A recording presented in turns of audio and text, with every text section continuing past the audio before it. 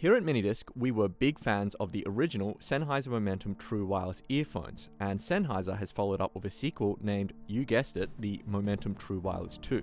Now, this second generation model maintains the same great sound quality of the first version, improves battery life and call quality, and introduces a much requested new feature, active noise cancellation.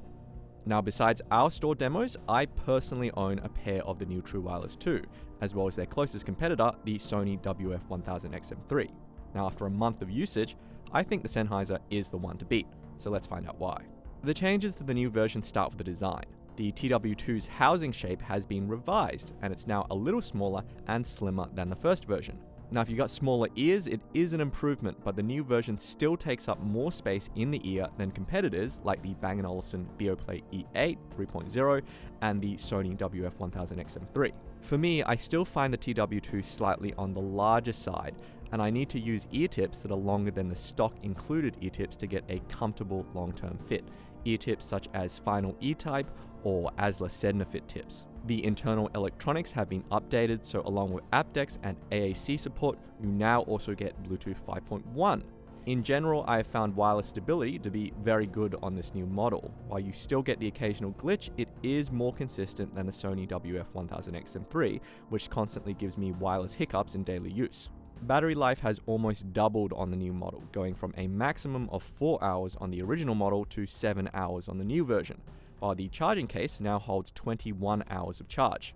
Now, some of our customers reported battery life issues with the original version. Now, it's not possible for us to confirm that these issues are fully resolved on the new version, but what we can say is that we haven't had any similar issues with our in-store demos or my own personal units, and so far we haven't heard any reports of issues on the units that have gone out to customers. Let us know in the comments about your own experience. A lot of people will be interested in the new active noise cancellation feature on the TW2.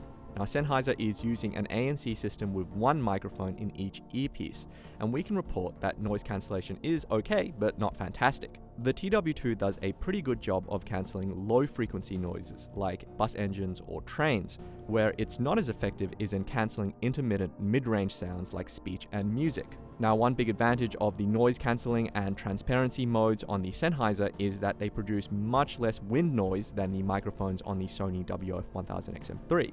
Of course, like with the Sony, when you turn off the ANC and transparency modes on the Sennheiser, the wind noise disappears. In this case, the Sennheiser will still offer strong passive noise isolation like a regular pair of IEMs. The Sennheiser Smart Control app allows for extensive control of the various features of the Momentum True Wireless, including sound equalization, optional voice core side tone, and touch gesture controls.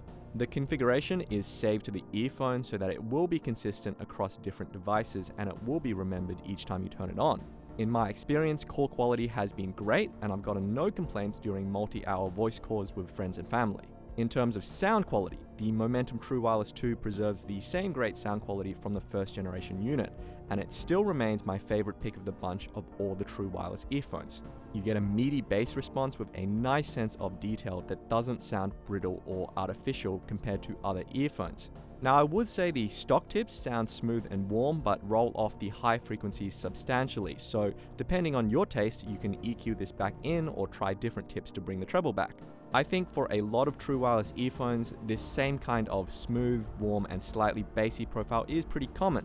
But where the Sennheiser excels is that besides just sounding warm, the sound is well defined and the driver has a good sense of imaging and transient response. It's not just the amount of high frequencies, because the Beoplay E8 delivers that kind of high frequency detail, but the whole sound is more resolving from top to bottom, so instruments sound real and natural, and they sound far less congested and more controlled than the Sony WF-1000XM3.